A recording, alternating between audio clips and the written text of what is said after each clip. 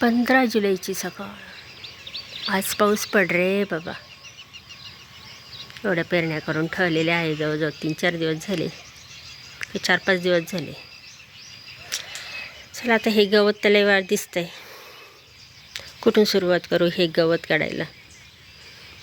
इथं आता हे कडक झालं असं, कारण घरातली स्वच्छता करता करताच बरेच म्हणजे 4-5 दिवस गेले. त्याच्यामध्ये एवढं हे कडक ऊन पडत होतं की मग हे खालचं आहे ना काढायला कठीण जाणार आहे. तिकडचं तर काढलं होतं मी कालच बसल्या बसल्या, पण पाणी तापस तर आता हे पाणी ठेवलेलंच आहे. ते तापस तर हे इकडचं काढून घेते, कारण हे खूपच वाढत चाललेलं आहे. आणि इकडचा भाग म्हणजे सगळा हे चुलीपासलाच येत आहे. आणि इथं काय आहे, पाणी जास्त साचतं ना, त्याच्यामुळं मग काय होतं, गवत खूप वाढलं जातं. चला आता मी काय करते, हे जेवढं होईल शक्य तेवढं करते. आता हे गवत काढून घेते, स्वच्छ करते हे परिसर. काकांनी पण काय केलं, बसल्या बसल्या नांगरणी चालू होती आणि मग काका इथंच बसायचे, घ्यायचे काढून. इथं जेवढं निघालं तेवढं निघालं. त्यांनी इथून इथं इतकं काढलं आहे, पण ते पुन्हा उगवलं ना ओलव्यामुळं. ते किती झालं आहे बापरे. अजून 2-4 दिवसात तर लय मोठं होईल हे गवत. जर नाही पाहिलं तर किती काय उंच होईल, माझे इतके उंच व्हायला बसले. चला आता वेळ न दडवता घेते करून. आता लिलीला सुद्धा पाणी नाही. काल दिलं मी याला पाणी, तर 5 फुलं डोकावली. 2-4 दिवस पाणीच नव्हतं. आणि हे पपयाचं झाडाचं काय झालं, बहीण म्हणे हे नर जातीचं आहे म्हणे. मग नर जातीचं याला तर पपया येत आहे, तसं येतात, पण हे गोड नसेल. तर ही लंबुळ्या आकाराची बघा, अशी लंबुळ्या दिसतात. आणि खूप म्हणजे याला आहे ना कळ्या आलेल्या आहे. नर आणि मादी हे सुद्धा झाडांमध्ये आढळतंच, जसं भाज्यांमध्ये दिसतं, वांगी, फ्लावर, कोबू असं. हे याचे ना हे जे पपया आहेत ना, ह्या ज्या पपया आहेत तोडल्या, पण हे झाडावरच पिकल्यावर काय होतात, मस्तपैकी गोड लागतात. जर तोडून घेतल्या ना आधी तर मग ह्या गोड नाही लागत. आता ही कोणती जाते काय माहिती. अरे ही तर पिकली.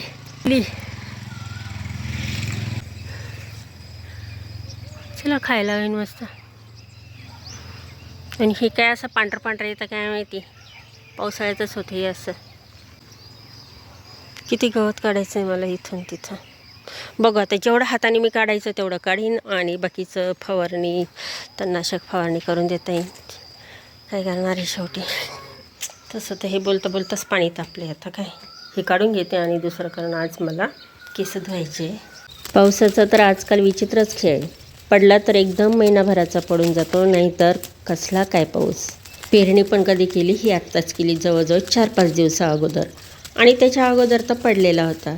चला त्या ओल्याव्यामुळे निदान त्या बियाणांना, जे आपण बियाणं टाकले त्यांना अंकुर फुटतील आणि येतील तरी. पण एवढ्याशा पावसामध्ये किती हे गवत. आणि हे गवत म्हणजे काय, सर्व केनपाटे. आणि सापडलं तर तुरळक पद्धतीने हरळ, जे आपण दुर्वा म्हणून वापरतो ना त्या पद्धतीची. आणि इतकं भरभर वाढू राहिलेलं आहे ना की बस. म्हटलं आता हे काढून घ्यावा, कारण तणनाशक जेव्हा टाकता येईल तेव्हा टाकता येईल, पण तोपर्यंत इतकं भरभर वाढेल, मग मुश्किल होईल तिथं पाय ठेवण्याची सुद्धा. आणि ते पाहूनच खूप भीती वाटेल. आणि इतकं सहज पद्धतीने निघतं आहे ना, तर मी खुरपंसुद्धा घेतलेलं नाही आहे काढायला, कारण ते खाली आणखी थोडंसं ओलसर जागा आहे. आणि केनपाट म्हटल्यानंतर ते पटपटसुद्धा निघलं जातं आहे. म्हणून म्हटलं की ओबडधोबड का होईना हे काढून घ्या. आणि नंतर आता पाऊस सांगितलेलाच आहे उद्याचा, तर कदाचित जर पाऊस पडला तर पुन्हा हे वाढणारच आहे. इतर ठिकाणच्या मानाने ही जी जागा आहे ती अगदी खोलगट आहे, आणि त्याच्यामुळे इतकं पाणी साचतं ना, थोडासा जरी पाऊस आला तरी. आणि मग त्यामुळे काय होतं, इथं गवतापेक्षा केनपाटच खूप वाढतं. आणि केनपाटाचं तर विचारायलाच सोय नाही. पण आता हे गवतसुद्धा निघणं मुश्किल झालं आहे, कारण बरंचसं असं कोरडा भाग होत चाललेला आहे. त्याच्यामुळं काढताना, उपटताना जरा थोडासा जोर द्यावा लागतं, आणि त्यामध्ये काय होतं, खुरडलं जातं. पाहू आता आज तर मी काढते हाताने आणि उद्या जमलं तर मी खुरपच घेऊन काढणार आहे, कारण उद्या म्हटल्यानंतर ते उन्हाने आणखीन ती जमीन कोरडी होईल. ज्यावेळेस व्हिडिओची सुरुवात केली होती त्यावेळेस तुमच्याशी मी संवाद साधत होते आणि त्यावेळेस नुसतं बोलता बोलता ह्या लाकडाने इतकं पटकन पाणी तापलं होतं. म्हटलं आता एवढं गवत काढलं हे नक्कीच तापलं असेल म्हणून पाहायला आले तर ते तापलेलंच होतं. आता ही किती गवत निघालं आहे बघा, जवळजवळ 2-3 टब भरून निघालेले आहे आणि हे इथं ठेवण्यात काही अर्थ नाही. केनपाट जरी इथं राहिलं ना, थोडंसं जरी पाऊस जर पडला ना तर अगदी हे ना पुन्हा जिवंत होईल. म्हणून मग मी काय करते, आता ते टाकून देते. आज पावसाचं चिन्ह दिसतंय. आभाळ आभाळ भरून आलेलं आहे. 15 तारीख आज. चला आता हे गवत मी असं उबडधोबडतं काढलं, खुरप्याने नाही काढलं. खुरप्याने काढलं असतं ना तर सगळं व्यवस्थित काढता आलं असतं, पण आता हा पाऊस आल्यानंतर इथं ते इकडं तर मोकळंच आहे, पण असा पाऊस आल्यानंतर हे पुन्हा होणारच आहे गवत, कारण केनपाट आहे आणि हे तेव्हाच लगेच थोडंसं पाणी भेटलं तर लगेच जिवंत होतं. म्हणून मी ते उचलून टाकलं आणि ते हे पुन्हा तेव्हाच वाढणार आहे आणि त्याच्यामुळंच म्हटलं की नुसतं उपटून घेऊ, ते सहज जितकं उपटता येईल तेवढं. तर एवढा भाग झाला उपटून. आता बघू, तिकडचं उपटायचं आहे ते नंतर पाहू, पण आता खूप उशीर झाला. उपटता उशीर झाला आणि इकडं चुलीवरचं पाणी तापवलं होतं तर ते नंतर मग ती चुलीतले लाकडं पण विजून गेले. आता म्हटलं आता काय करायचं, आपल्याला फ्लावरची तर भाजी करायची आहे, तर आता घ्यावा याच्यावरच करून, कारण ठीक आहे खूप वेळ लागत नाही फ्लावर व्हायला, मग गॅसवरच करावं. आता म्हटलं चुलीवर करा, पण आता ती पुन्हा पेटवायला बरेच वेळ कागद संपले. त्याच्यामध्ये प्लॅस्टिक भरून ठेवलेलं, तर प्लॅस्टिक तर इकडं तिकडं असं फेकण्यापेक्षा आपलं पेटवायला छान होतं. चला आता फ्लावर कशी निवडायची, तर मी सुरुवातीला काय केला, जो गड्डा होता ना तो पहिल्यांदा झटकून घेतला आणि मुळातच तो स्वच्छ होता, मला काही अळ्या वगैरे सापडल्या नाही. पण आता जे आहे ना ते सर्व मी आता एक बाजू अशी काढून बघते आणि कापते ती. आणि आता याच्यानंतर खूप जर कीड असेल, पावसाळ्यामध्ये शक्यतो काय होतं, कीड जास्त राहते. आता पाऊस पण नाही, तर त्यावेळेस काय करायचं की फ्लावर ज्यावेळेस असं वाटलं आणि आपल्याला डब्यासाठी गरजेचंच राहतं म्हणा, मी शक्यतो आणत नाही पावसाळ्यात, पण गरजेचंच असलं डब्यासाठी तर काही करायचं, थोडंसं चांगलं खळखळत गरम पाणी करायचं, मीठ टाकायचं आणि त्याच्यामध्ये फ्लावर 5 मिनिटं टाकायचे, म्हणजे सर्व किडे काय असतील ते बारीक अंडी काही बारीक गाळ्या असतील ते सर्व निघून जातात.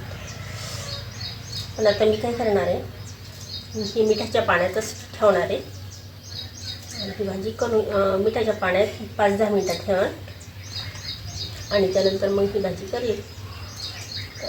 तर स्वच्छ अशा पद्धतीने आपण, खूप कीड असली तर अशा पद्धतीने करायची आणि खूप कीड नसली तर नॉर्मल पद्धतीने असं मिठाचं पाणी करून करायचं.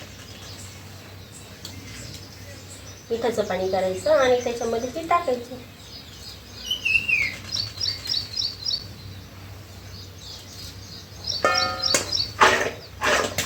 एक छान आहे फ्लावर.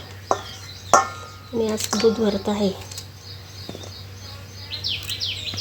भेंडीच करायचा विचार चालू होता, पण म्हटलं आता ही फ्लावर खराब होत जाईल, म्हणजे फ्रीजमध्ये सुद्धा आहे ना ते असं फ्लावरमध्ये असं वर काळं दिसायला लागतं.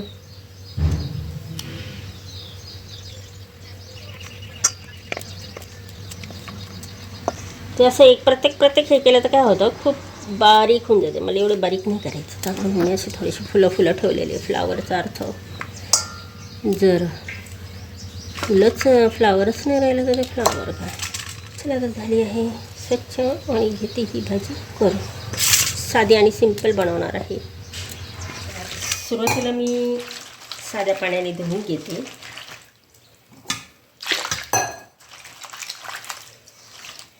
चला आता पहिलं पाणी टाकलेलं आहे. आता पुन्हा याच्यामध्ये पाणी टाकून घेते. याच्यामध्ये मीठ टाकते. जे कीड वगैरे असेल किंवा बारीक अंडी असतील, ही काही शंका असेल ती निघून जाईल. म्हणजे ती सुद्धा काय होती, सर्व ही फ्लावर त्यामुळं निर्जंतुक होईल. 5-10 मिनटं ठेवते. तोपर्यंत बाकीचं कोथिंबीर, कढीपत्ता हे चिरते आणि बाकीचे भांडे धुणे करून घेते. चला आता कढई ठेवलेली आहे. तेल घेते टाकून. लसूण, कढीपत्ता, कोथिंबीर, त्याच्यात मोहरी भरपूर मी याच्यामध्ये टाकलं आहे लाल तिखट. सिंपल अशी भाजी मस्तपैकी तडतडून झालेली आहे. आता वाफेवर शिजवणार आहे मी, पाणी न टाकता. कोरड्या भाज्या नेहमी असं लोखंडी कढईत केलं ना आपल्याला जे शरीरास उपयुक्त असतं, पण रस्साभाजीत केलं तर रस्साभाजीसाठी नाही ही उपयोगी. मग मी कोरड्या भाजीसाठी उपयोग करते याचा. चला आता उरलेली कोथिंबीर मी टाकून देते आहे याच्यात. मीठ खाली वर करून घेते. त्याच्यावर झाकण ठेवते. अशी वाफेवर शिजवून घेते. बघा कसं पाणी सुटलेलं. चला भाजी झालेली आहे. मस्त वाफेवर शिजवली आणि मस्त अशी तेलामध्ये तळण्यासारखी छान झालेली आहे, चमचमीत. आता त्याच्यावर उरलेली कोथिंबीर टाकून देते. चला मग फ्लावरची चमचमीत अशी मस्तपैकी सुकी भाजी कशी वाटली?